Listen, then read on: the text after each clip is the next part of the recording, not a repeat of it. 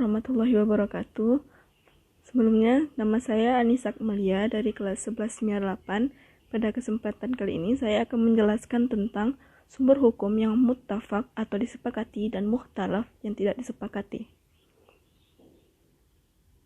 Sumber hukum Islam terbagi menjadi dua, yaitu muttafaq dan mukhtalaf.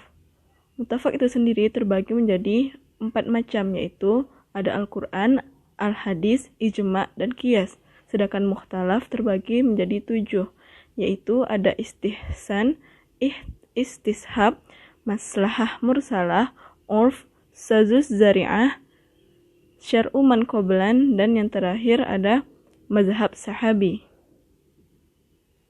Mutakaf atau disepakati yang pertama itu ada Al-Quran.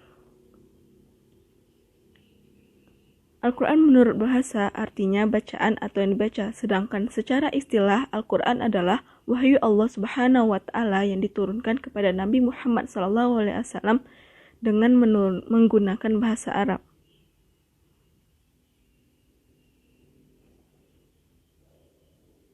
Pokok-pokok isi kandungan Al-Quran atau yang terdapat di dalam Al-Quran itu ada tauhid, ada ibadah, ada janji dan ancaman Allah, ada jalan mencapai kebahagiaan dunia akhirat, dan ada riwayat dan cerita.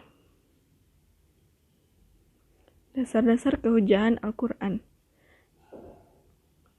Sebagaimana yang kita ketahui, Al-Quran diturunkan kepada Nabi Muhammad SAW dan disampaikan kepada umat manusia adalah untuk wajib diamalkan semua perintahnya dan wajib ditinggalkan segala larangannya.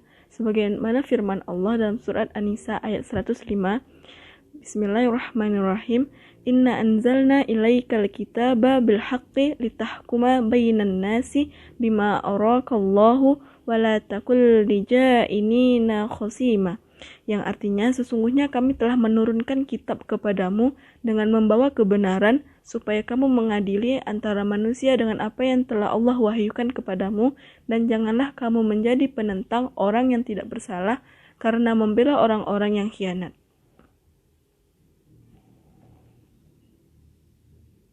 Selanjutnya ada pedoman Al-Quran dalam menetapkan hukum, yaitu yang pertama tidak memberatkan. Allah Subhanahu wa Ta'ala berfirman, La yukallifullahu nafsan illa wus'aha. Allah tidak akan membebani seseorang melainkan sesuai dengan kesanggupannya. Al-Baqarah ayat 286. Contohnya azimah atau ketentuan umum Allah, diantaranya salat wajib. Yang kedua ada meminimalisir beban. Dasar ini merupakan konsekuensi logis dari dasar yang pertama. Dengan dasar ini kita mendapatkan rukhsah atau keringanan dalam beberapa jenis ibadah, seperti menjama dan mengqashar salat apabila dalam perjalanan dengan syarat yang telah ditentukan. Terus yang selanjutnya ada berangsur-angsur dalam menciptakan hukum. Al-Quran dalam menetapkan hukum adalah secara bertahap. Bisa di dalam Al-Quran dicontohkan dalam hukum haramnya meminum minuman keras, berjudi, serta perbuatan-perbuatan yang mengandung judi.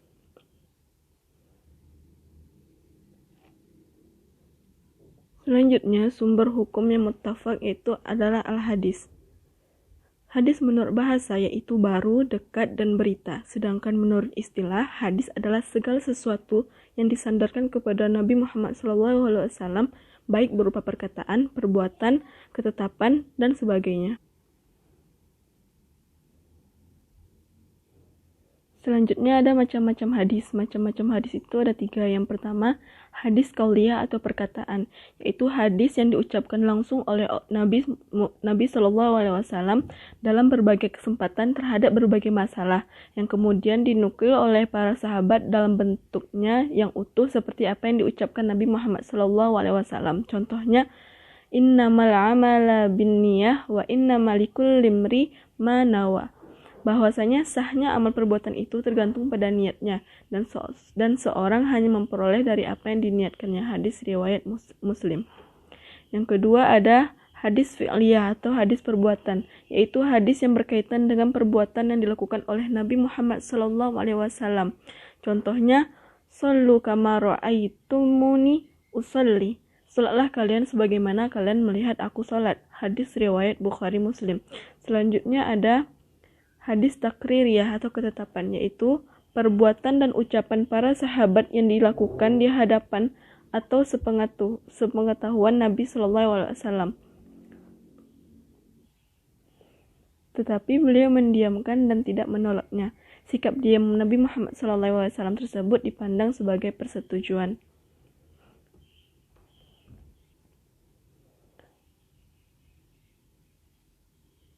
Selanjutnya ada dasar-dasar kehujahan al-hadis, yaitu ada berdasarkan dalil Al-Quran dan juga ada berdasarkan dalil hadis. Kalau berdasarkan dalil Al-Quran itu, banyak kita jumpai di ayat-ayat Al-Quran yang menjelaskan tentang kewajiban mempercayai dan menerima segala yang disampaikan oleh Rasul kepada umatnya untuk dijadikan pedoman hidup sehari-hari. Di antara contoh ayat yang dimaksud itu adalah surat Ali Imran ayat 179. Sedangkan berdasarkan dalil hadis, Rasulullah SAW bersabda, "Taraktu fikum amrayni lantusillu matamasaktum bihima, kitaballahi wa sunnatun nabiyyi." Aku meninggalkan bagi kalian dua hal. Kalian tidak akan tersesat selama berpegangan teguh dengan keduanya, yaitu kitabullah, Al-Quran, dan ajaran nabinya. Selanjutnya ada fungsi al-hadis terhadap Al-Quran. Yang pertama itu bayanut takrir, menetapkan dan menguatkan atau menggarisbawahi suatu hukum yang ada dalam Al-Quran sehingga hukum-hukum itu mempunyai dua sumber, yaitu ayat yang menetapkannya dan hadis yang menguatkannya. Contohnya, hadis tentang penetapan bulan dengan kewajiban puasa di bulan Ramadan. Hadis tersebut menguatkan redaksi Quran Surat Al-Baqarah ayat 185. Selanjutnya ada bayanut tafsir, menjelaskan atau memberi keterangan, menafsirkan dan merinci redaksi Al-Quran yang bersifat global atau umum. Contoh hadis yang menafsirkan Quran Surat Al-Qadar ayat 1-5 sebagai berikut. Al-Lailatul Qadaril Witri min Ashril Awakhiri min Ramadan. Malam Lailatul Qadar berada pada malam ganjil pada 10 akhir bulan Ramadan. Hadis riwayat Bukhari. Yang terakhir ada bayanut tashri, yaitu menetapkan hukum yang tidak dijelaskan oleh Al-Quran. Contohnya pada masalah zakat. Al-Quran tidak secara jelas menyebutkan berapa yang harus dikeluarkan seorang muslim dalam mengeluarkan zakat fitrah.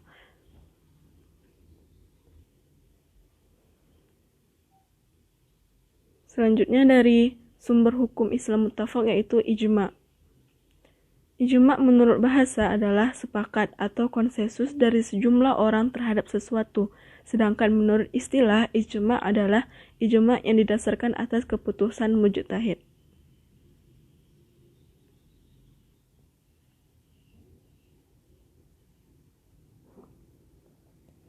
Dasar kehujahan ijma' yang pertama ada dari dalil Al-Quran, yang kedua ada dari dalil hadis.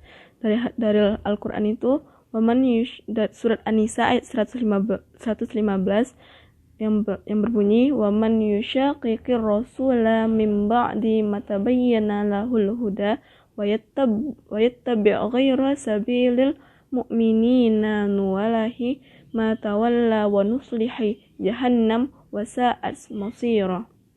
Sedangkan menurut dalil hadis, Rasulullah SAW bersabda yang artinya, dari Ibnu Umar, Rasulullah SAW bersabda, "Sesungguhnya Allah Subhanahu wa Ta'ala tidak akan mengumpulkan umatku," atau beliau bersabda, "umat Muhammad SAW di atas kesesatan, dan tangan Allah bersama jemaah, dan barang siapa yang menyempal maka dia menyempal menuju neraka." Selanjutnya ada rukun dan syarat-syarat ijma'. Rukun dalam ijma' harus satu, yaitu kesepakatan para ulama. Apabila tidak ada kesepakatan, maka itu bukan ijma'. Sementara syarat-syarat ijma' menurut Wahbah Zuhaili ada 6, yaitu yang pertama, haruslah orang yang melakukan ijma' itu dalam jumlah banyak, dan tidak dikatakan ijma' apabila hanya satu orang mujtahid. Tidak dikatakan sebuah kesepakatan apabila dilakukan hanya satu orang ulama. Yang kedua ada seluruh mujtahid menyetujui hukum syara' yang telah mereka putuskan dengan tidak memandang negara, kebangsaan, dan golongan mereka. Yang ketiga ada mujtahid yang melakukan kesepakatan mestilah terdiri dari berbagai daerah Islam. Tidak bisa dilakukan ijma' apabila hanya dilakukan oleh ulama satu daerah tertentu saja, seperti ulama Hijaz atau ulama Mesir atau ulama Irak. Terus yang keempat ada kesepakatan itu harus dilahirkan oleh dari masing-masing mereka secara tegas terhadap peristiwa itu, baik lewat perkataan maupun perbuatan, seperti mempraktikkannya dalam peradilan walaupun pada permulaannya baru merupakan pernyataan perseorangan, kemudian pernyataan itu disambut oleh orang banyak, maupun merupakan pernyataan bersama melalui suatu muktamar. Terus yang kelima ada kesepakatan hendaklah dilakukan oleh mujtahid yang bersifat dan menjauhi hal-hal yang bid'ah, karena nas-nas tentang ijma' mensyaratkan hal tersebut. Terus yang terakhir ada hendaklah dalam melakukan ijma' mujtahid bersandar kepada sandaran hukum yang disyariatkan baik dari nas maupun qiyas. Selanjutnya ada macam-macam ijma', dilihat dari memperolehnya itu ada dua, yaitu ijma' syarih. Yang pertama ada ijma' syarih. Itu adalah kebulatan yang dinyatakan oleh mujtahidin atau para mujtahid. Sedangkan yang kedua ada ijma' sukuti, yaitu kebulatan yang dianggap seorang mujtahid mengeluarkan pendapatnya dan diketahui oleh mujtahidin lainnya, tetapi mereka tidak menyatakan persetujuan atau bantahannya. Terus ada macam-macam ijma' jika dilihat dari dalalahnya atau penunjuknya, yaitu yang pertama ada ijma' qat'i. Ijma' qat'i ini adalah terhadap hukumnya, artinya hukum yang ditunjuk sudah dapat dipastikan kebenarannya atau bersifat qat'i sehingga tidak perlu diperdebatkan lagi dan tidak perlu diijtihadkan kembali.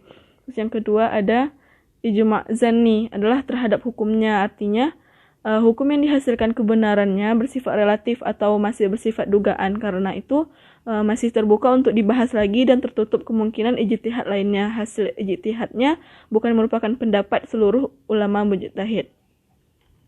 Selanjutnya muttafaq, macam-macam muttafaq itu yang terakhir ada qiyas.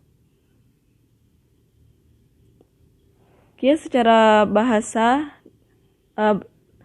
adalah mengukur sesuatu dengan sesuatu yang lainnya, sedangkan secara istilah ini ya, istilah menghubungkan atau memberlakukan ketentuan hukum sesuatu persoalan yang sudah ada ketetapannya di dalam nas kepada persoalan baru karena keduanya mempunyai persamaan ilat. Rukun-rukun qiyas. Yang pertama, adanya pokok yang disebut dengan al-aslu, yaitu persoalan yang telah disebutkan hukumnya di dalam nas. Yang kedua itu adanya cabang disebut dengan al-fara'u, yaitu suatu persoalan atau peristiwa baru yang tidak ada nas yang menjelaskan hukumnya dan ia disamakan hukumnya dengan pokok melalui qiyas. Yang kedua adanya ketetapan hukum, al-hukmu, yaitu suatu hukum yang ada pada pokok dan ia akan diberlakukan sama pada cabang. Terus yang terakhir adanya kesamaan sifat atau al-illah, yaitu sifat atau keadaan yang dijumpai pada cabang dan juga ada pada pokok.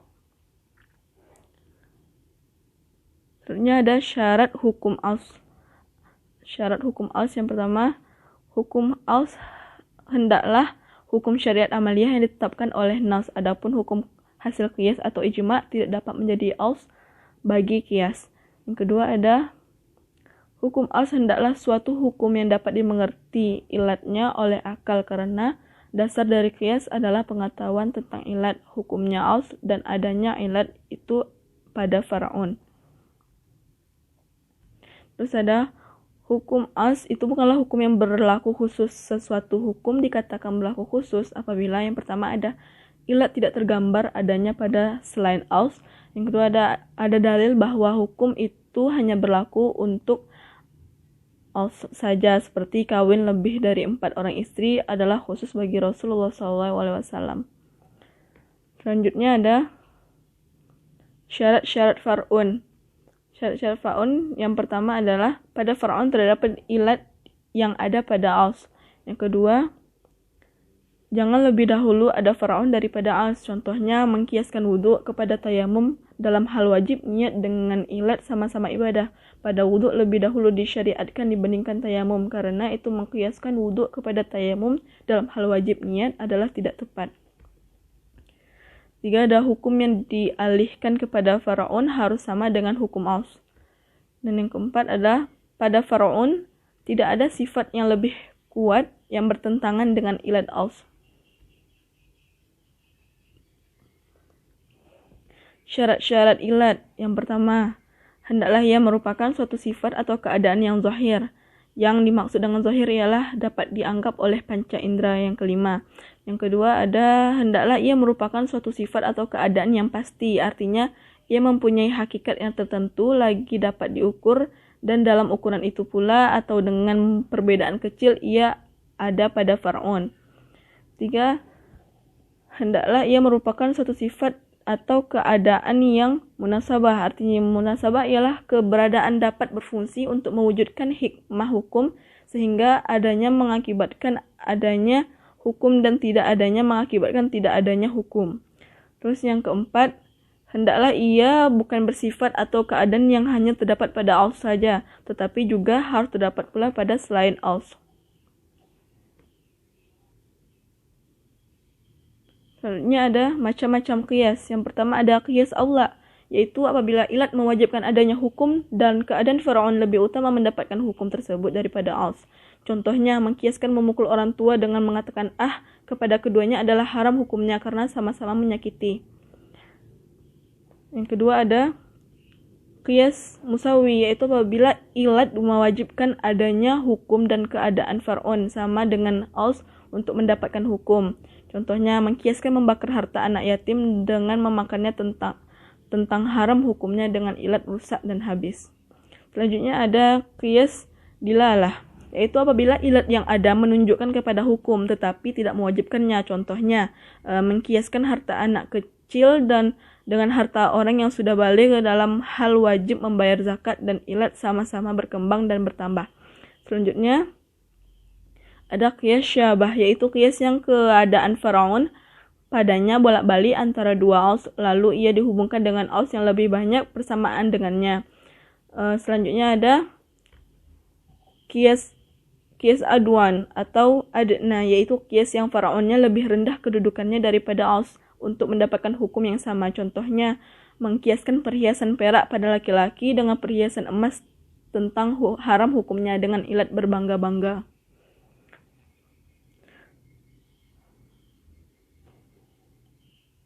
Selanjutnya ada mukhtalaf, sumber hukum mukhtalaf atau sumber hukum yang tidak disepakati. Yang pertama itu ada istihsan. Menurut bahasa, istihsan adalah menganggap baik. Ahli usul yang dimaksud dengan istihsan ialah berpindahnya seorang mujtahid dari hukum yang dikehendaki oleh qiyas jalli atau jelas kepada hukum yang dikehendaki oleh qiyas khafi atau samar-samar, atau dari ketentuan hukum kuliah umum kepada ketentuan hukum jaz'i karena dalil yang lebih kuat menurut pandangan mujtahid. Selanjutnya ada macam-macam istihsan. Yang pertama untuk macam-macam istihsan pertama itu menguatkan qiyas khafi atas qiyas jalli. Contohnya wanita yang sedang haid boleh membaca Al-Quran berdasarkan istihsan dan haram menurut qiyas. Yang kedua ada ketentuan hukum kuli umum kepada ketentuan hukum juz'i khusus. Contohnya kebolehan dokter melihat aurat wanita dalam proses pengobatan. Contohnya menurut kaidah umum seorang dilarang melihat aurat orang lain, tetapi dalam keadaan tertentu seseorang harus membuka bajunya untuk didiagnosa penyakitnya. Maka untuk kemaslahatan orang itu menurut kaidah istihsan seorang dokter dibolehkan melihat aurat wanita yang berobat kepadanya. Selanjutnya ada dasar hukum istihsan. Para ulama yang memakai istihsan mengambil dalil dari Al-Quran dan Sunnah yang menyebutkan kata istihsan dalam pengertian denotatif atau lafal yang seakar dengan istihsan sebagai firman Allah Subhanahu wa Ta'ala yang berbunyi allazi yastami'unal qawla fayattabi'una ahsanu ulaika allazina hadahumullah wa ulaika hum ulul albab. Ayat ini menurut mereka menegaskan bahwa pujian Allah Subhanahu wa taala bagi hambanya yang memilih dan mengikuti perkataan yang terbaik, dan pujian tertentu tidak ditujukan kecuali untuk sesuatu yang disyariatkan oleh Allah Subhanahu wa taala. Terus ada ulama-ulama yang menerima dan menolak istihsan sebagai sumber hukum. Yang pertama, Jumhur Malikiyah dan Hanabilah menetapkan bahwa al-istihsan adalah suatu dalil syar'i yang dapat dijadikan hujjah untuk menetapkan hukum terhadap sesuatu yang ditetapkan oleh qiyas atau keumuman naus. Terus yang kedua ada ulama Syafi'iyah memiliki pandangan yang berbeda mengenai istihsan. Menurut Imam Syafi'i, dengan kaulnya yang masyhur bahwa barang siapa yang berhujjah dengan istihsan, maka ia telah membuat sendiri hukum syara. Selanjutnya dari sumber hukum mukhtalaf yaitu maslahah mursalah.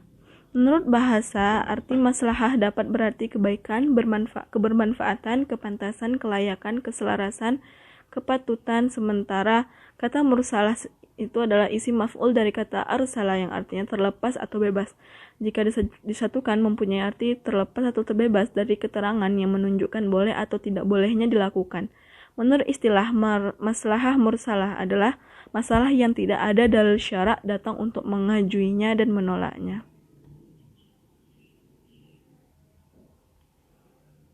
Jumhur ulama yang menerima dan menolak maslahah mursalah sebagai sumber hukum, yang pertama adalah jumhur ulama itu menolak maslahah mursalah sebagai sumber hukum. Yang kedua ada Imam Malik membolehkan berpegangan pada maslahah mursalah. Yang ketiga, apabila maslahah mursalah itu sesuai dengan dalil atau dalil kulli atau dalil juz'i dari syara', maka boleh berpegangan kepadanya. Menurut Ibnu Burhan, ini adalah pendapat Imam Syafi'i. Selanjutnya ada syarat-syarat maslahah dan mursalah. Yang pertama itu, masalah itu harus jelas dan pasti, bukan hanya berdasarkan anggapan atau perkiraan. Terus yang kedua, masalah itu bersifat umum, bukanlah untuk kepentingan pribadi. Dan yang ketiga, hukum yang ditetapkan berdasarkan maslahah ini tidak bertentangan dengan hukum atau prinsip yang telah ditetapkan dengan nas atau ijma'. Terus sumber hukum mukhtalaf yang selanjutnya itu ada istishab. Istishab menurut bahasa adalah selalu menemani atau selalu menyertai, sedangkan menurut istilah, istishab adalah menjadikan hukum yang telah tetap pada masa lampau terus berlaku sampai sekarang karena tidak diketahui adanya dalil yang merubahnya. Ini ada macam-macam istishab. Yang pertama, istishab al-adam, yaitu tidak adanya suatu hukum yang ditiadakan oleh akal berdasarkan asalnya dan tidak pula ditetapkan oleh syara'. Yang kedua ada istishab umum atau naus sampai datang dalil yang merubahnya berupa mukhasis atau nausis. Dalam hal ini yang dimaksud yaitu suatu hukum tetap berlaku menurut umumnya sampai ada yang merubahnya. Terus selanjutnya ada istishab hukum yang ditunjukkan oleh syara' tetapnya dan kekalnya karena ada sebabnya. Contohnya, seorang wanita menjadi halal bagi seorang laki-laki sebab adanya akad nikah yang sah, dan hukum halal tersebut berlaku selama tidak ada hukum yang merubahnya, misalnya talak, fasaq, dan sebagainya. Selanjutnya ada istishab keadaan ijma' atas sesuatu hukum untuk terus berlaku pada tempat yang diperselisihkan atau khilaf. Contohnya, sebagian ulama mengatakan bahwa orang sholat dengan tayamum, kemudian saat sholat sedang tiba-tiba dijumpai air, maka sholatnya batal, berdalilkan istishab terhadap sahnya sholat dengan tayamum sebelum melihat air.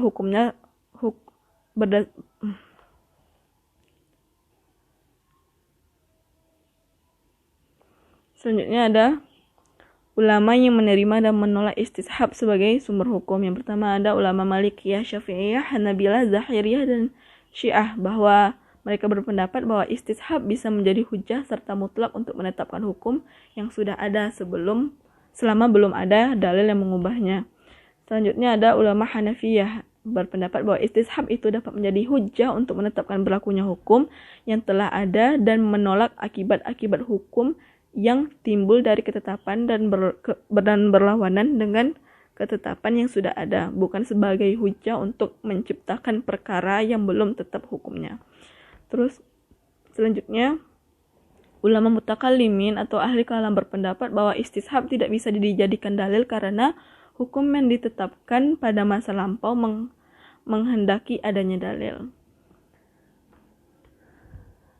Selanjutnya, sumber hukum mukhtalaf itu Shadzuz Dzari'ah. Shadzuz Dzari'ah menurut bahasa mempunyai arti menutup dan zari'ah artinya jalan. Maka Dzari'ah mempunyai arti menutup jalan menuju maksiat. Adapun secara istilah adalah menutup jalan atau mencegah hal-hal yang bisa membawa atau menimbulkan terjadinya kerusakan.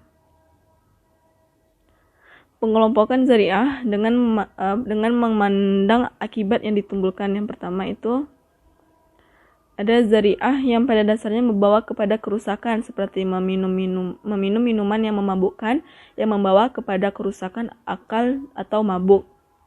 Kedua ada Dzari'ah yang ditentukan untuk sesuatu yang mubah namun ditunjukkan untuk perbuatan buruk yang merusak, baik dengan sengaja seperti nikah muhalil atau tidak sengaja seperti mencaci sembahan agama lain.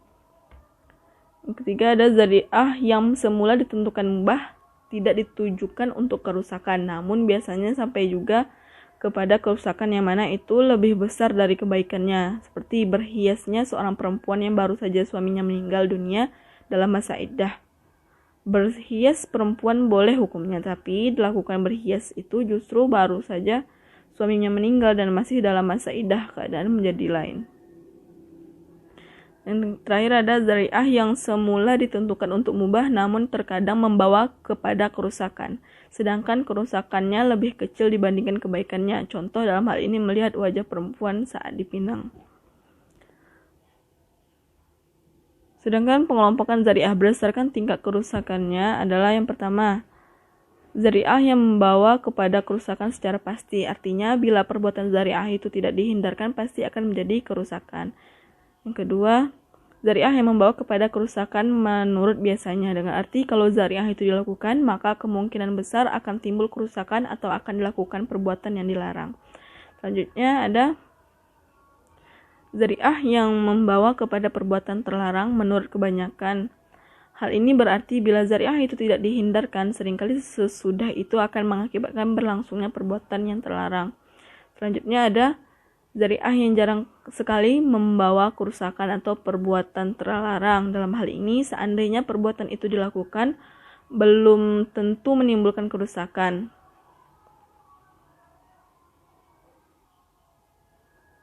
Sebenarnya ada ulama yang menerima dan menolak Shadzuz Dzari'ah sebagai sumber hukum. Yang pertama itu menurut Imam Malik, Shadzuz Dzari'ah dapat menjadi sumber hukum. Artinya perkara yang mubah itu dapat dilarang kalau pada pembolehannya itu membuka jalan untuk mendorong kepada maksiat.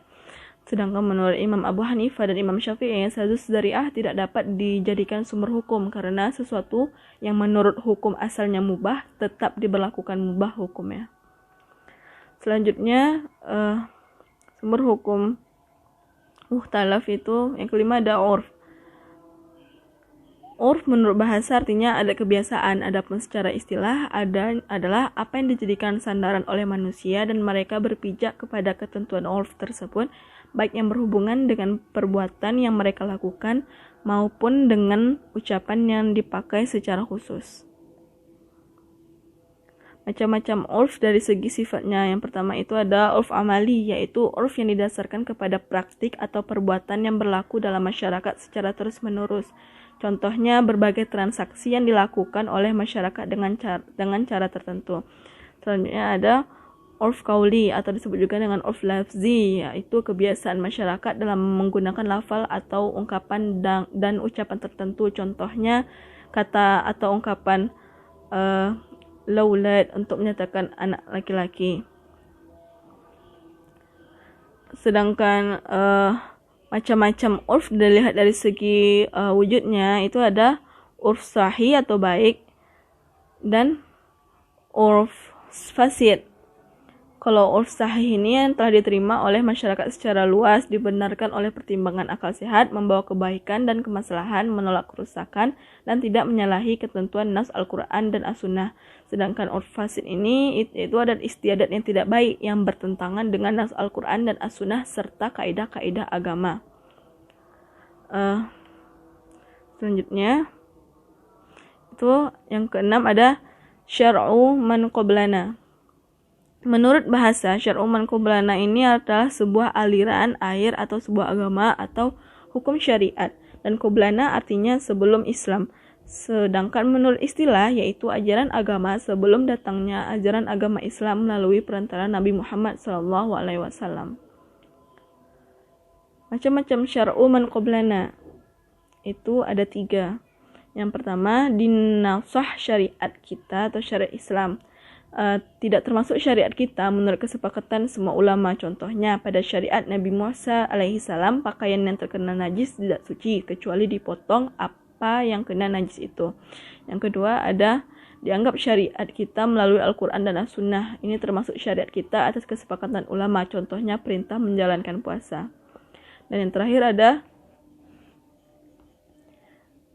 ada tidak ada penegasan dari syariat kita, apakah dinasah atau dianggap sebagai syariat kita. Yang terakhir ada mazhab sahabi. Mazhab sahabi ini menurut bahasa adalah pendapat sahabat Rasulullah SAW tentang suatu kasus di mana hukumnya tidak dijelaskan secara tegas di dalam Al-Quran. Lalu macam-macam mazhab sahabi itu ada 3. Yang pertama adalah perkataan sahabat terhadap hal-hal yang tidak termasuk objek ijtihad. Dalam hal ini para ulama semuanya sepakat bahwa perkataan sahabat bisa dijadikan hujjah. Yang kedua ada perkataan sahabat yang disepakati oleh sahabat yang lain. Dalam hal ini perkataan sahabat adalah hujjah karena masuk dalam kategori ijma'.